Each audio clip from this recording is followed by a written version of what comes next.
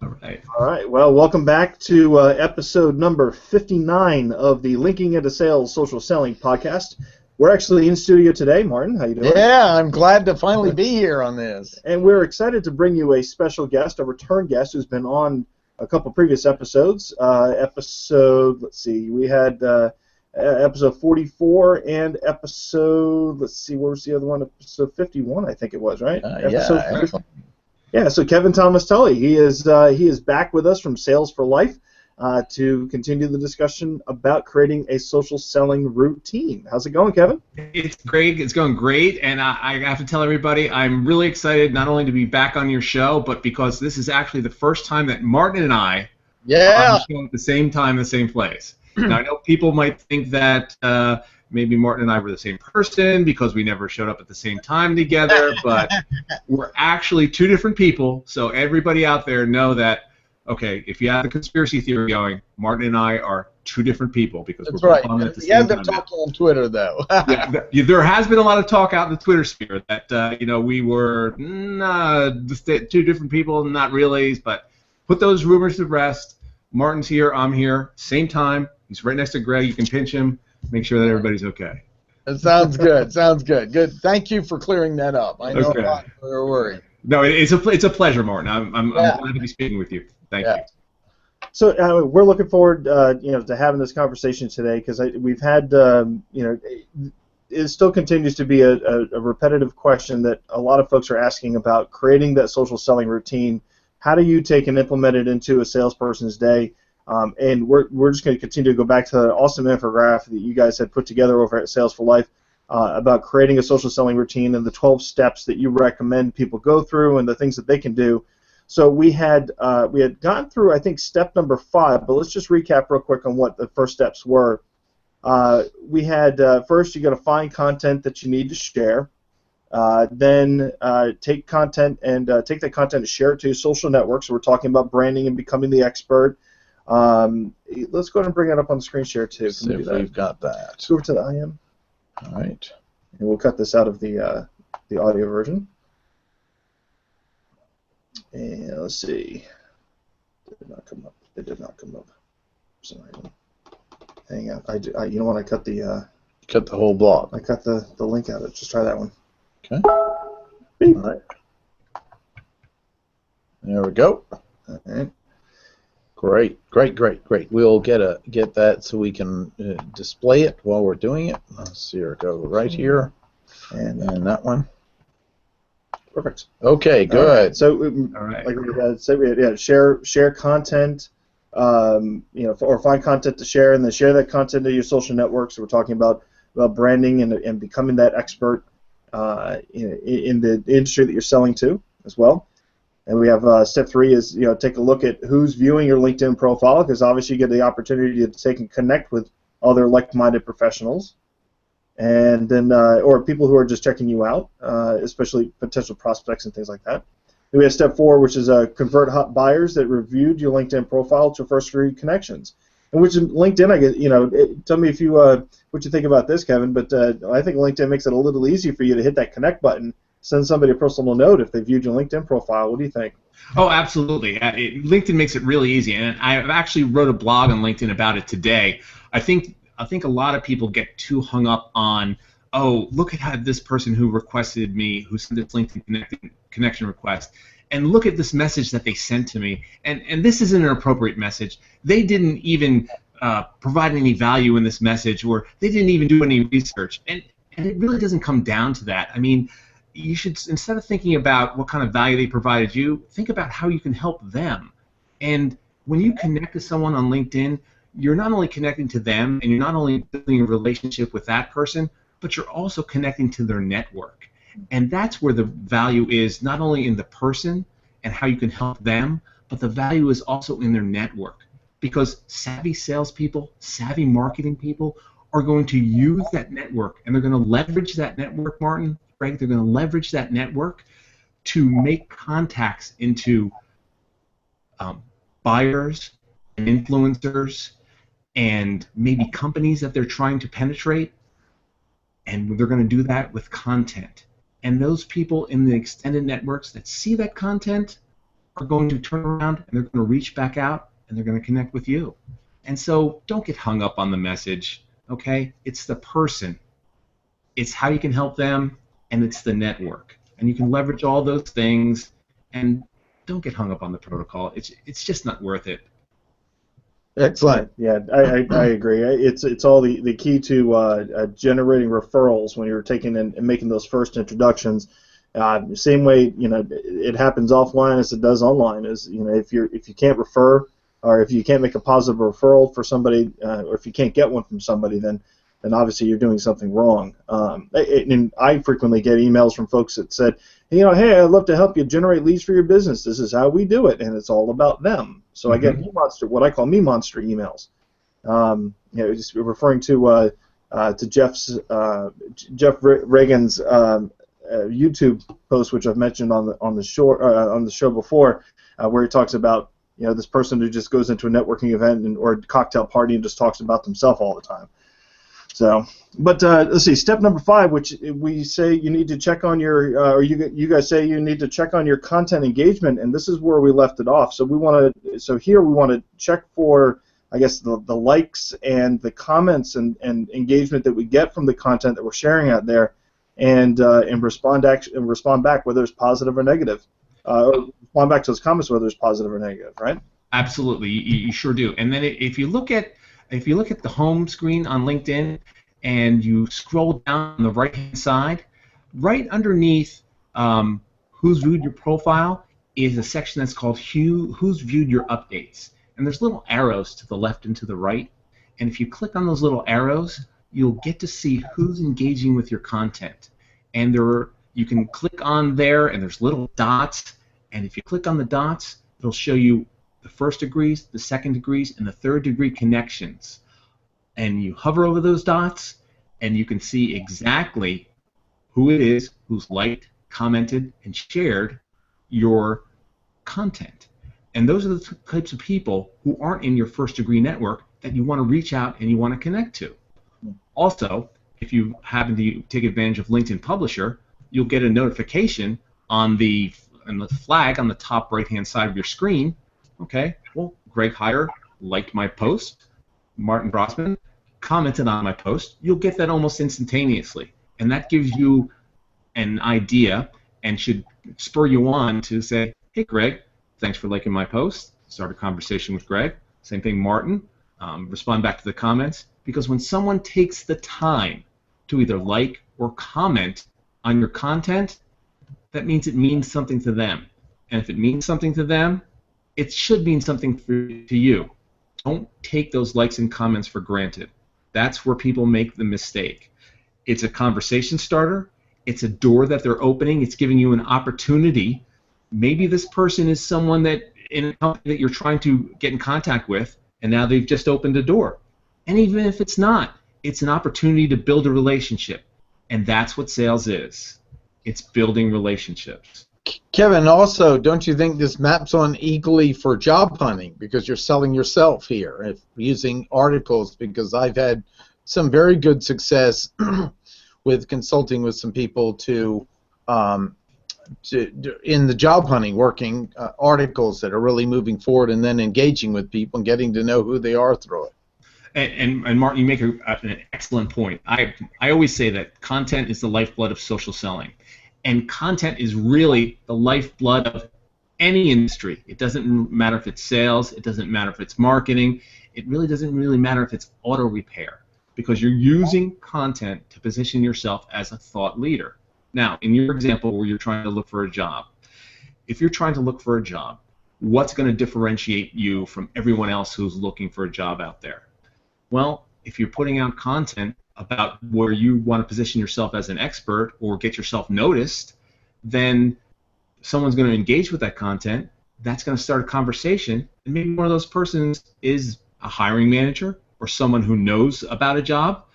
If I know about a job, because most of the jobs that become available are on, from what I'm told, are on the hidden job market, and I see someone who has some good thought leadership, some good content out there, and I say, okay, well, there's a job out there that I know about. This person sounds like they would be able to fill that need.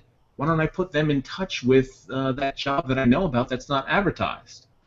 So, all because they put out a blog post or made an insightful comment or something that comes across my feed.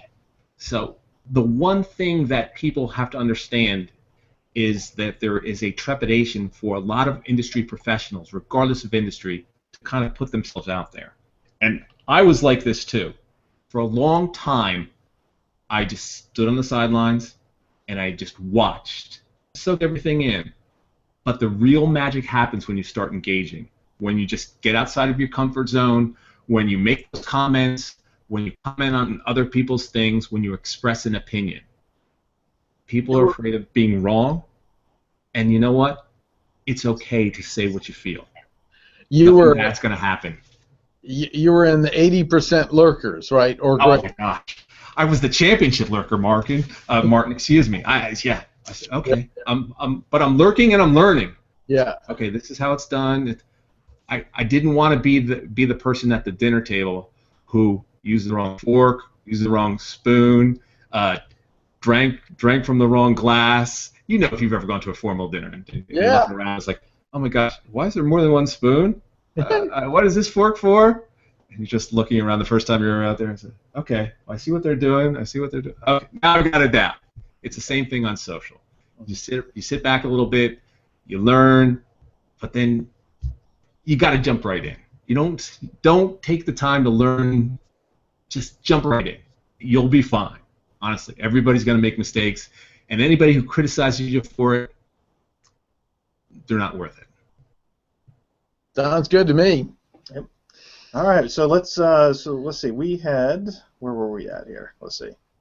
There we go. We had connect with your next step. Steps number 6, which is connect with your LinkedIn readers that are outside your first degree network. Now, this is I guess sometimes it can be a little difficult for some folks to do. So I think this can be a little tricky. So why don't you go ahead and let us know, what is your approach to getting second degree and third degree connections that have engaged with you to connect with you on LinkedIn? Okay. And this might sound a little bit of contradictory because I personally don't care what the message is like, but if you really want second and third degree connections to connect with you, you have to write a message that demonstrates some value. Mm-hmm. Why don't you tell them the reason why you're reaching out to them, and what you have to offer, and why you want to make a connection? 3 or 4 sentences at the most. What I'll do is I'll say, Martin, read that blog that you put out. Thought it was a really good blog. I'd like to connect with you on LinkedIn, share ideas and best practice. Feel free to use me as a resource for social selling, because I happen to be, and I'm going to sound a little conceited here, happen to be an expert in social selling. Martin, where's your area of expertise? Well, mine is working with small and medium and micro businesses and really integrating the soul of the business with their marketing message in the social media area. So making sure that we get an authentic message out that sells and converts. Okay, so if I was to put that into 1 or 2 words, if you were to put that in a messaging, say, feel free to use me as a resource for business messaging, for... Well, Kevin, it would be, to me, dependent on who I'm talking to. So right. I just connected to someone who's a journalist in D.C., and they wrote back, here, I'd like to connect, and they clearly, often journalists aren't as familiar with LinkedIn. Yes. So I offer my services, say I'm happy to sit down with you if we meet and go over, for no charge, the basics of LinkedIn to build trust. So I usually will bring forward what aspect that I think would be of most value from them from the research I found with them. Exactly. You hit it right on the head. You're telling them why you want to connect, you're providing value, and you're making it non-threatening. Because if you do those things, the second and third degree connections who may not have any kind of idea who you are, they'll more likely connect with you. And then on your profile, You should also make sure your email address is listed and any other ways to contact you in your summary and on the bottom of your profile where the contact me is, ways to contact Martin, ways to contact Greg, ways to contact Kevin. I listed it twice. I listed it in the summary and I listed it at the bottom where it says, contact me. Therefore, if anyone's looking for it, they can find it. Now, a neat trick to do is something that I haven't done yet because, the old adage, what is it, the cobbler's children have no shoes. Or take my advice on not using it. That's it. I teach it, but I don't employ it, which is bad on me, a slap on the wrist. A good trick is to put your email address into your LinkedIn headline, because when people search third-degree connections, oftentimes they can only see the headline. So if I can't see anything else in there in the body of your profile, but I can see your headline, I know that, Martin, if I get your email address and I want to connect with you, then I can go ahead, because it's in your headline, and I can just go ahead and reach out to you right there on your email address. That's true. And just to point out to the listeners of Linking into Sales, this is advice coming from Sales for Life, not from not from us. Because I know we've had blog posts and actually put in some of the training stuff that we've done here that we actually recommend against putting an email address in there. But I mean, everyone has their perspective on how to share that. It's sometimes it depends on the appearance it comes across in search on LinkedIn. It may not look the best, and we ask folks to really focus on that headline as much as possible, so that way people can kind of get that first impression nailed down, so that way they do click through and actually look at the profile.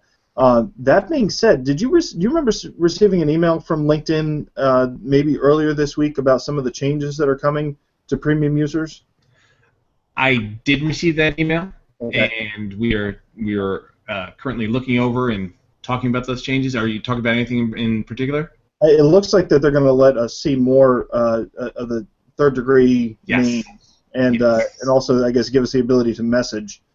So that's kind of exciting. But it looks like it's only available for premium users. Yes. Not for the free users. So I'll have to find it here. Yeah, sure. To me, the biggest thing is doing your homework enough to anticipate what they might need, what might be a value that you have as a way to build trust with them, but don't be pretentious enough to assume you absolutely know. It's like an offer you're saying, and that's to me part of the elegance of it and working with it, and you just get better as you do it more. It's almost like you and I. What I say is, unless you were raised in this world, it's like we know how to respond if they're in front of us, but then we get kind of stupid when it's online, even though the dynamics are the same. And frequently what I'll say to what I call the over 40 crowd, which I'm in, is imagine they were in front of you, what would you say? And immediately they'll know what to type or respond or say.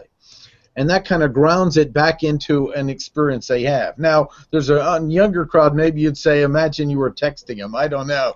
And then you'd know what to say in front of them. It might reverse now. Yeah, well, the problem with the younger people is, though, if you say, imagine what you text them, it would be in incomplete sentences and abbreviations and may not work. Kind of language that you'd want to work. But, yeah, I use that example a lot more. Imagine you're in front of them, and especially on the receiving end, because whenever someone says, "Well, I don't know what to type here. I don't know what I should say," I said, "Well, say what you think, and then imagine if you received that message.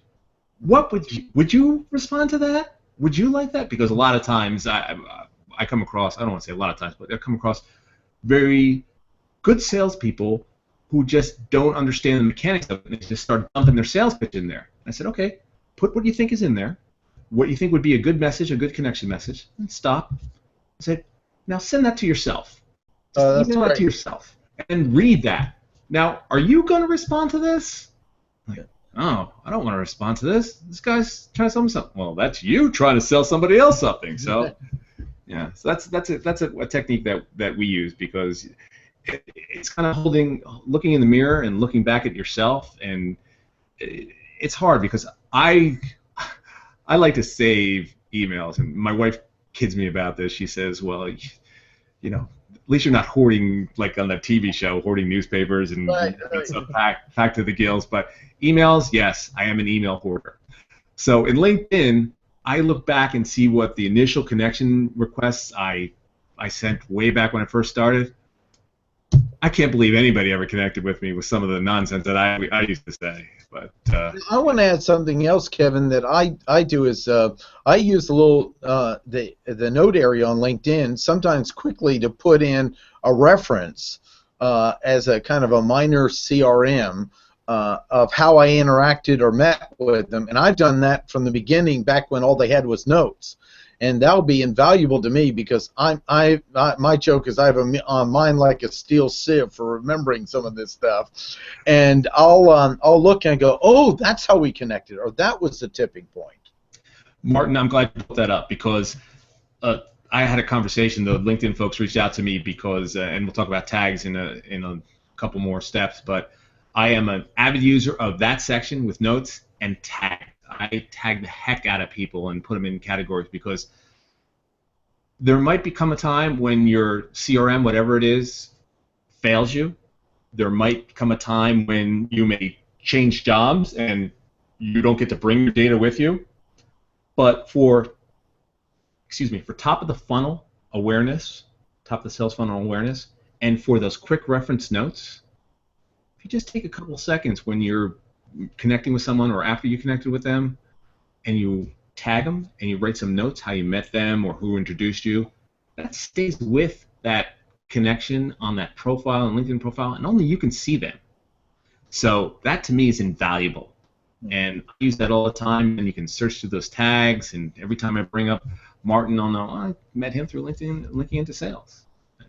I want to add one more thing, Kevin. People Sure. often don't know that Google Plus has an area like that too, for if you're networking on that end at the bottom. That's a private note. That's kind of nice that people usually don't even know exists, including notes on restaurants and others. If you go, don't order the halibut. Yeah, got very ill. Stay away from there. Exactly. All right, so let's move on to step number 7, which is you said, let's see, review all LinkedIn email reminders and job changes. Now, I get emails every single day from LinkedIn because I ask them to send me every single day about using about job changes and birthdays and all that other stuff. But you had an extra step in here is actually look at saved searches. Now, a free person or a free user of LinkedIn gets what, 3 saved searches? Is that correct? 3 saved searches. They get 3 saved searches, and we will create a specialized search, and we teach people to use a specialized search about when someone is changing a job, and you can save that search, and then LinkedIn will email you every time someone within that company changes the job. So it's automatically a reminder that someone within the company has changed the job, gotten promoted, or someone has left the company, and you can be on top of that before they change their LinkedIn profile and can give you a little bit of competitive intelligence. Because once you create those search parameters and save that search, you don't have to do anything else. LinkedIn will automatically email you when that happens because someone will change their profile before it hits their actual LinkedIn stream. So you'll be the first to know, and oftentimes, the stat is blanking me right now, but I know there's a statistic out there that says the salesperson who is first to the deal is more likely to win the deal. So that kind of information is invaluable. Very nice. So, do you have any saved searches right now that you're using? Oh, yeah, I've got a lot of saved searches. I have the search that I talked about right now in several different companies that we're trying to engage for training. The key decision makers that we're looking for, we look for decision makers in sales, in marketing, and in sales enablement on the vice president level or above. And when I have alerts on these folks in companies on whether anybody who's on a certain level, if they change jobs within the team or if they change jobs within companies, then I know those alerts. I'm going to get those alerts, And also, I also have alerts on people that we've done business with before, because if someone changes companies and they've done business with you, it's 6 times more likely to do business with someone you've done business with before than it is to get new business. So let's say, Greg, for example, that you and I have done business with before, and you like my solution. But then you go to a new company. The first thing you're going to do when you get to a new company is you're going to try to make a name for yourself. So you're going to surround yourself with familiar things that you've been successful with in the past. One of those things might be my solution. So you might say, okay, I worked well with Kevin before. Let me call him up, have him in, have him trick my team. So when I see that alert that I've created on Greg Hyer, see that he moved to a different company, I'm going to make sure that I give Greg a call and say, hey, Greg, once you get established and you get your team established and you're looking for training, well, I probably won't call you because this is social selling after all. I'll probably message you, congratulations, first of all, and might lead to a conversation afterwards. That's another story. And then when you're in that new company and you're established, maybe you'll think about engaging me for training again because we had such a good experience in your old company. And that alert is automatically emailed to me because I've set up a particular search with particular search parameters in LinkedIn, and I've saved that search. All right, very good. So just to kind of point out real quick for those who are listening on the audio version of the podcast, basically to save a search, just go up into the search bar on LinkedIn, type in your search, add in your additional filters, anything like that you would want to do, and then over in the upper right-hand column, you'll see a little, it's kind of gray text up there that says Save Search. And then you kind of play around with that there, so you can get weekly alerts, you can get monthly alerts, or never get an alert. But free folks, and then those who have like the Spotlight account option from LinkedIn, you can save up to 3 people searches. And then if you need more, which actually I think the sales solution from LinkedIn, they give you a lot more. That's more for like lead list building and things like that. So. But I think this is a very cool feature. I'll be honest, I haven't used it, but I'm going to have to find a really good good reason to use it, and probably consider sharing a little bit of information about that. So sure. That's yeah, great. and I'll talk to you about that, and we can talk offline about how to exactly the mechanics of setting that up. And we just call it an advocate search. People who've advocated for you before within their company, you move to a different company, and will probably advocate for you again. Okay. So. We can go over against that. Absolutely, you can share it with your people. And then there's another part of LinkedIn, in case maybe you don't want the email notifications from LinkedIn, where you can obviously go into your settings and turn on and off the whatever emails that you want to get from LinkedIn. But actually going to your connections, go to connections in your LinkedIn menu bar, and you can actually view all the changes that have actually happened within your network right from here. We kind of look at this as maybe a little bit of a competitive social CRM solution that LinkedIn may or may not be coming out with later this year. Well, if you read the tea leaves or the crystal ball, and what I always tell people, if I could predict the future, I definitely wouldn't be social selling. I'd be in Las Vegas predicting NFL games, and I'd be a multi-millionaire. But I kind of think that the way that LinkedIn is going, they're eventually going to do a couple of things. Number one, they're going to do social selling training, and I'm going to be out of a job. But number two, they're also probably going to put together a CRM, because that's the next logical step. It just makes sense for them to do it. I mean, they're a public company now. They have to find new profit centers, and I think training is going to be the first one, and I think CRM is going to be the next logical step. Now, will they be able to compete with Salesforce? Will they be able to compete with Microsoft Dynamics? I mean, because those are the 2 big dogs in the CRM space, and then everybody else is just grasping for what's left. But I don't know. But I honestly believe, and again, predictions are worth whatever they're worth, so mine are worth nothing. That's where LinkedIn is going to go. I have no inside knowledge, but it's just my feeling.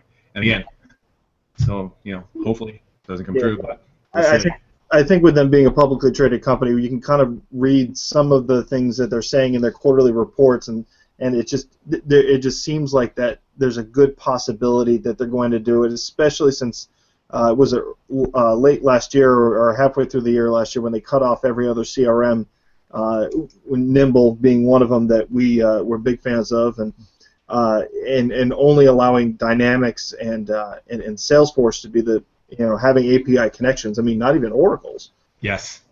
It's kind of a you can kind of see something's going to happen, and either they're going to get acquired, or they're going to have to come up with their own solution. But I guess we'll see about that. But I'm sorry, Greg. Yeah, I'm a huge fan of Nimble, and that was very disappointing when that happened. But I agree with your premise, and I think that one of those two things are going to happen. On CRM, they're going to get acquired. Absolutely. Yeah. So all right. Well, so we had we had talked about your job getting through your email reminders and your job alerts, job change alerts and things like that. And then we had actually in step 8 you say save all your hot buyers into LinkedIn tag folders. So we kind of touched on tags a little bit, but why don't we get a little bit deeper in here and give us some strategy on that? Okay.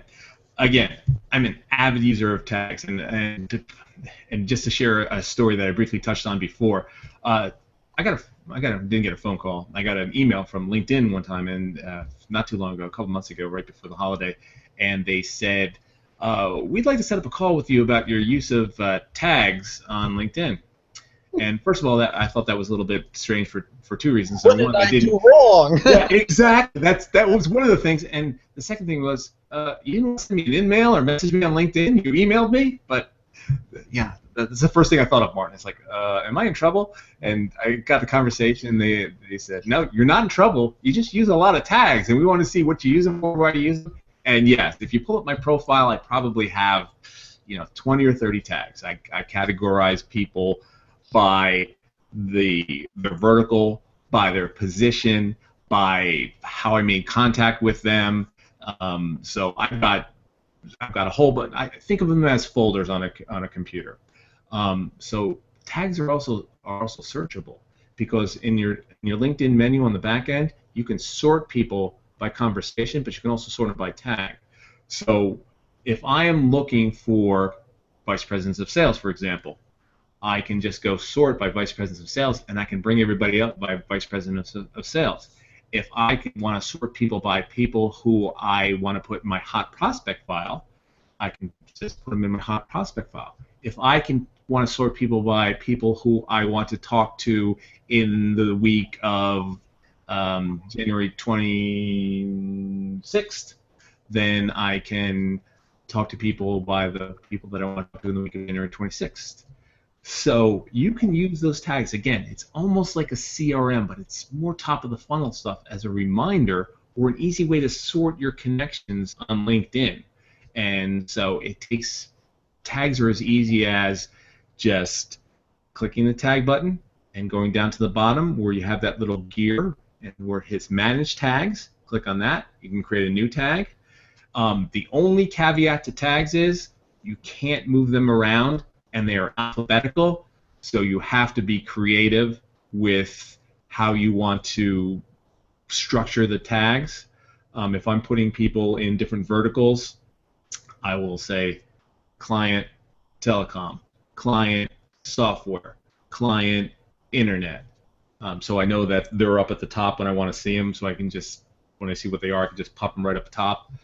And you just have to decide what your own filing system is going to be. But it's alphabetical, and they won't change that right now. I just wish that you could just move them up and down. But for right now, when they were talking to you, did you suggest they might change that? I certainly did. I would take the opportunity. I did. I told them. I said, "Hey, look, can we just move these up and down? It's really simple. I would just like to have the opportunity to move them. And can I make subfolders too? Because..." And they said, "You got enough tags, Kev. Just take it easy. Don't get crazy with us here." Kevin, you could be the first person alive I know where they took a suggestion and did something with it. Could be the. I'd like to say, Martin, that they have taken suggestions of mine on LinkedIn and done something with it, but it wasn't positive a lot of times. The help people and I have a good relationship, I'd like to think, but sometimes they took my suggestions and it wasn't the outcome that I was looking for. Yeah, that's great. No, I like tags quite a bit, and actually I've been using them recently because I run a a local group here on LinkedIn called Linking the Triangle, and one of the things I'm considering is kicking up networking events again, through the Triangle. And we have our breakfast coming up too. Yeah, we have our first social selling breakfast, which I've been marketing out to actually Linking the Triangle members, Nice. and seeing some good response come back from it. We're almost full for that breakfast, but what I found is that if I one search that I did save is if I'm looking for folks that manage event space.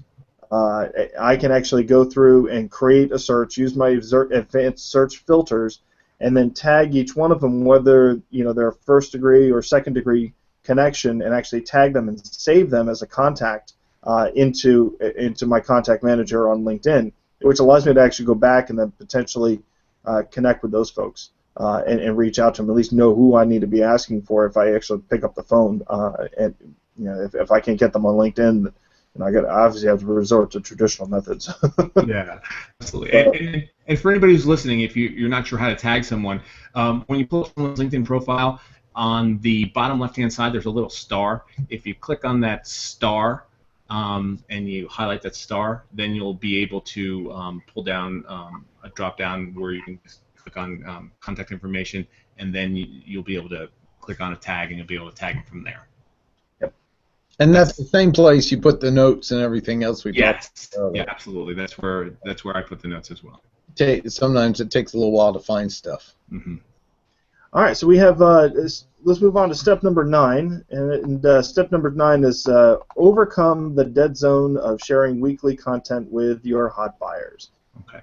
And Anybody? I'm sorry, Greg. Anybody who's in sales, there's always that uncomfortable time between when you made your presentation or your pitch or you submitted your proposal and you don't hear anything back. And we call that space the dead zone. There could be the zombie apocalypse could be happening, or people could be rising out of their grave and the mummies and everybody's walking, and you think of I always, and I'm going to take myself, I think of that Michael Jackson video with the werewolves and things like that, all kinds of heck breaking loose, because you don't know what's going on and you want an answer.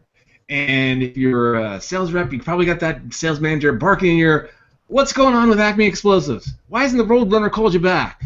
I got Wile E. Coyote on the phone right here. He wants to know what's going on. So what do you traditionally resort to?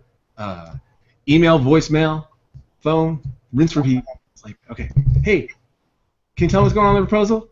Hey, have you heard anything? Hey, can I do anything? And how are you providing any value to your buyer? You're not. You're not doing anything, but you're being a pest. So there's a different tactic to take. Why don't you be an influencer instead? Why don't you send them some content that's going to help them along the way, help them with their decision, help them understand that your company or you provide the best solution. Now, it doesn't have to be your content. It can be third-party content, which is even better because then it shows that you're an unbiased reference and thought leader. So when you're not hearing anything back, hey, saw this, thought of you, thought you might be interested. Send. Don't say anything. Hit them up on LinkedIn. Saw this LinkedIn post. It might be relevant, or something like it's relevant to your solution. Send. Don't do anything. After a while, content's going to do the job for you. Guess what? Maybe the phone will ring. Maybe you get an in-mail. Maybe you get a message. Maybe you get an email. Maybe you'll knock on the door and say, you're the greatest person ever, he or she. And you're going to get the deal because that's how you get past the dead zone with content. Excellent. But there's that challenge, of course, of trying to find content to share. And there are a number of really good resources out there you can go and share. I mean, if you're already sharing content into your LinkedIn stream that is relevant to the industry that you're selling to, then you should be able to have those sources to go back to and share that with them. But you can do that through, I mean, would you suggest doing it through an email and then sending direct messages on LinkedIn if you connected with them, or maybe tweeting it out to them? I always say, and I'm going to drop Ted Rubin's name because I look up to everything he says. He always says, go where your buyers are. If your buyers are on Facebook and they communicate mostly on Facebook, go through Facebook. If they're always on Twitter, go through Twitter. If they respond through email, go through email. Jerry Moran says fish where the fish are. Wherever your client or your buyer or your prospect or whomever, wherever they congregate, message them that way. If they happen to be phone people, well, then I guess you're going to be calling. You're going to be smiling and dialing, but a lot of people don't answer the phone these days. I guess I'm one of the dinosaurs. If you call me up on the phone, I'm going to answer. But if you send me content, it's really hard to send it over the phone unless you're doing the old-fashioned, .. Morse code.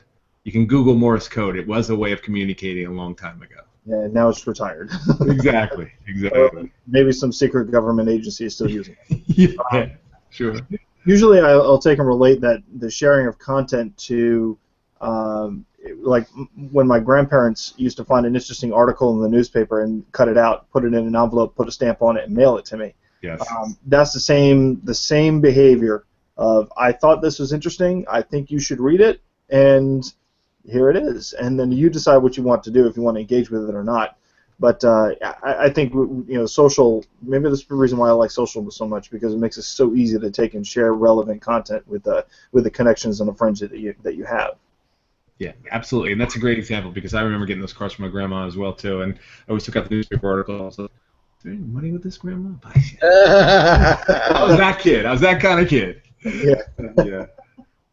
All right, so we've got through step 9. Let's get into. I think we can. Well, we got about 10 minutes left. Do you think we can finish up the next 3 steps? Well, let's just rattle, and if we're full, use it. All right. So we have step number 10, which is review other trigger event alerts. So I guess we're looking at other social networks like Google Plus and in Inside View, which unfortunately I haven't had the opportunity to really use that, but in Hootsuite, which I'm a customer of. So let's talk about that for a little bit. Okay. One of the great things that I love is you can put a Google alert out on anything. And I would love everybody, if you haven't done so already, Google.com/alerts. Easiest thing to do. You want to start with yourself. You always want to put a Google alert out on yourself. Any variant spelling of your name. And you can put it in as right now, you can put it in as it happens, or you can put it in with a certain time limit. And you should do that because you want to know when people are talking about you, and you want to know what they're saying, good or bad. And also about companies you're trying to go after. So any news that comes out about them. How about individual prospects or buyers? And then there's this great tool called Nuzzle that will do the same thing. It's kind of like Greg shaking his head. I'm not telling him anything that he doesn't know.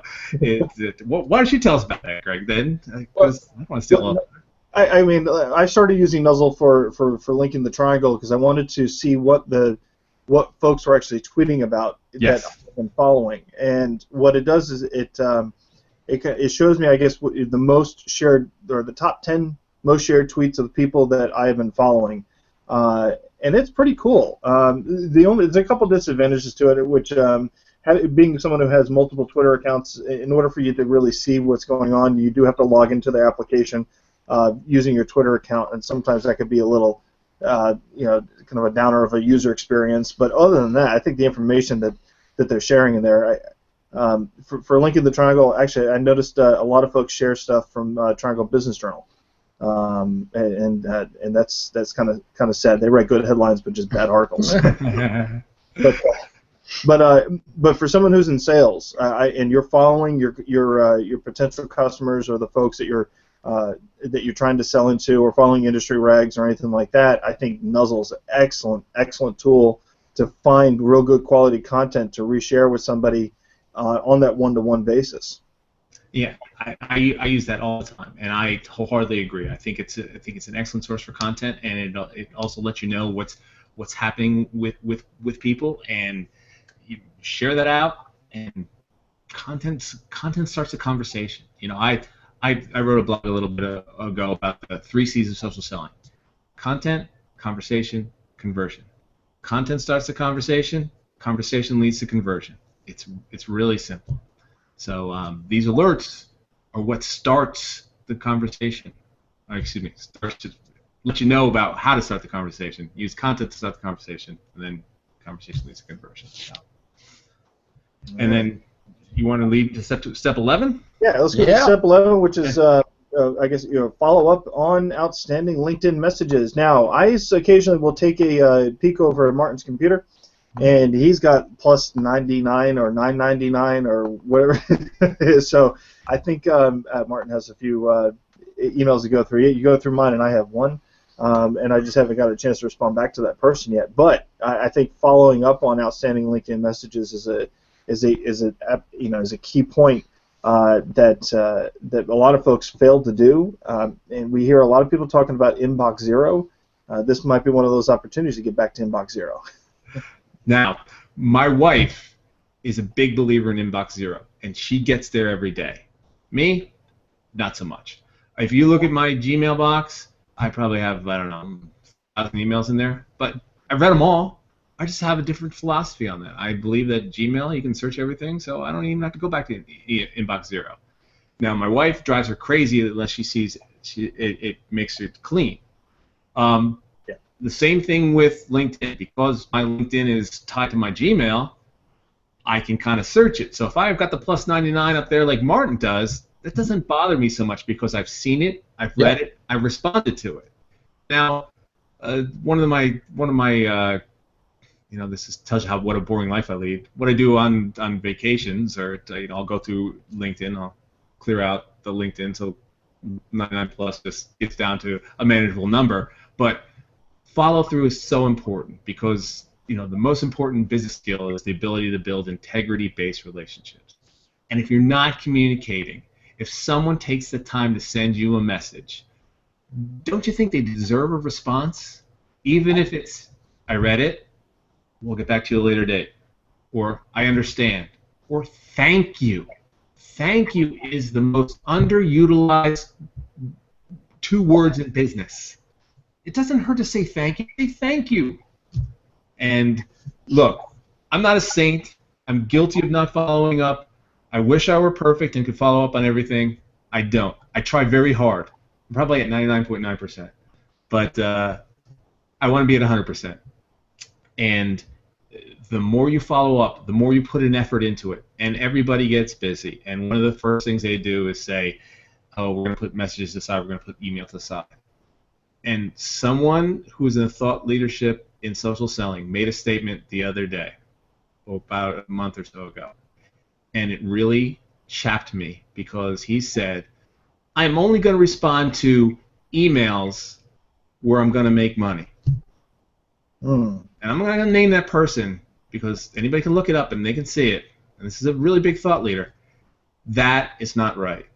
Well, it's also not where some of the best money comes from, some of the least expected areas, too. And in the years of working with real salespeople, it's often something off the side where it comes in unexpectedly. It seldom walks in the door directly to you. So that's just reality of life they're missing. You're exactly right, Martin. You're exactly right, because you don't know. And how is that? If you go with a helping first mentality, you're going to get paid back. And if you say, what does that say to the people you don't respond to? Does that mean you're not valuable? Greg, I'm not going to answer your email because I'm not going to make any money off you. You're not valuable. But Martin, we got a potential to make a big deal. So, anytime you email, I'm going to make sure I respond to you. That's not right. That's plain wrong. Yeah. That's wrong. And that's just poor treatment of people. It's not valuing the relationship, and that's wrong.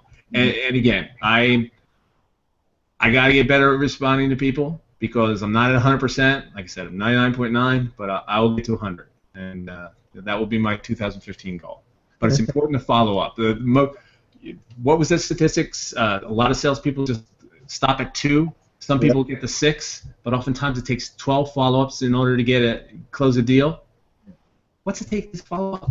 Thank you again.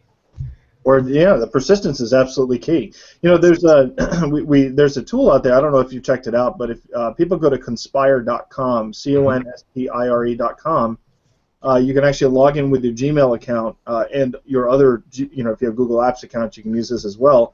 But it'll send you like a weekly report on the email that you're sending and receiving, saying that here's your top contacts that you're emailing. Here's your response rate, here's their response rate, and all this other stuff. So it kind of gives you a report card on what you're doing in email.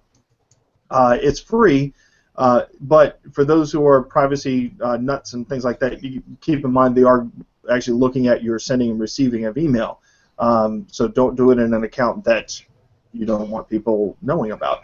But it's a free tool. It's very nice. It's very nice to use. I've been using it for a little while. But we'll put a link in the show notes for those who want to check it out. But they've also said that, or at least you hear it constantly, that email is really where your network is. And this goes for salespeople, for business owners, or anything like that. For those who are very stuck on doing networking and relying on Facebook, relying on LinkedIn, relying on Twitter to manage those relationships, you should really strive to get an email address, because an email address is something that you own. It's their identity. It's tied to a whole bunch of other things, and at any point Facebook could go out of business. LinkedIn could shut the doors. Someone could pivot. They could become MySpace or Friendster, and things just kind of change. So, I mean, your best network is inside your inbox, I think. But cool. So, but check that out. So step number 12. We've got just a couple minutes left here. Step number 12 is kickstart 5 new conversations. I think it's a great idea. Yeah, and I'm a big data guy. Big data and data guy, but big as in big into data. And in terms of starting 5 new conversations, let's play out the numbers for a second. There's approximately 20 business days in a month. So if you kickstart 5 new conversations a day, that's 100 conversations in a month. That's 1,200 conversations in a year. So if you can build 1,200 conversations in a year, and let's just say for sake of argument that 10% of them convert to opportunity. Well, forget 10%. Let's say 5% of those convert to net new opportunities. So that's 60 net new opportunities you'll get by starting 5 conversations per day in LinkedIn. That's it. That's per day. So there's 60 opportunities in your CRM that you didn't have before just by starting conversations on LinkedIn and making connections. And how long does that take? I mean, you reach out to somebody to do the searches, to make the connections, to reach out, to start the conversation, to share the content, to start the conversations, and 60 in a year. What could you do with 60 new opportunities? What would that do to your sales pipeline? You think about it. That's an easily achievable goal, isn't it, Greg? Martin, do you think of it? Yeah. Not only that, I'm going to throw it in because I met a few people job hunting. That's pretty darn good advice in job hunting as well. Mm-hmm. A lot better than being worried about where your income will be. Yeah. And I know folks who are out there job hunting. It seems so overwhelming at times, and you worry about putting out the resumes, and you worry about every last word on there. Is this right? Is the period right there? Oh, I should have used this word instead of that word. No. 5 a day. That's it. 5 a day. It'll get you there. It really will. And for the people who are in a position where they don't have a job, it's tough, and the heart goes out to you. And if you need help, my LinkedIn, it's Kevin Thomas Tully. I will help you out. So let me know. Very good. Well, hey, I really appreciate you coming back on and running and getting us through these the last few steps here and to create a social selling routine. I think that last one really hits it home by starting 5 new conversations. I'm just 60 new opportunities a year. You close one, and one a month. That's 12 deals you would have closed. I think the numbers all just they work in the favor of salespeople to continue to use social selling and actually create a routine around doing that. I really appreciate what you guys are doing over there with Sales for Life, and continue to be out there training sales professionals all around North America. I think a little bit beyond North America too. Yeah, we're kind of global, so yeah. Good things are happening. And I gotta tell you, Greg, it's always a pleasure whenever you reach out to me and we have conversations, and we're talking on Twitter all the time, and you invite me and Martin and I'm big fans of what you both do. You've been in our Twitter chats, and you've been big supporters of what I do personally, and the company as well. And it's always a pleasure. I will come on and talk to you about anything, anytime, and I'm very thankful that you had me on here today, and I really appreciate it. Thank you so much. Well, we appreciate you being on the show, and thank you very much. Let's wrap this up. I think, so excellent. Thank you. Yeah. We'll put it together, and we're excited to have something, and also some things like this often will come from refers from our audience. So what I want to say to our audience is keep them coming, keep the suggestions, because we're here to serve you. Absolutely. All right. Well, thank you very much, everybody, for watching and listening to Linking into Sales using social media to support the sales cycle. Have a great week. See ya. Thanks, guys.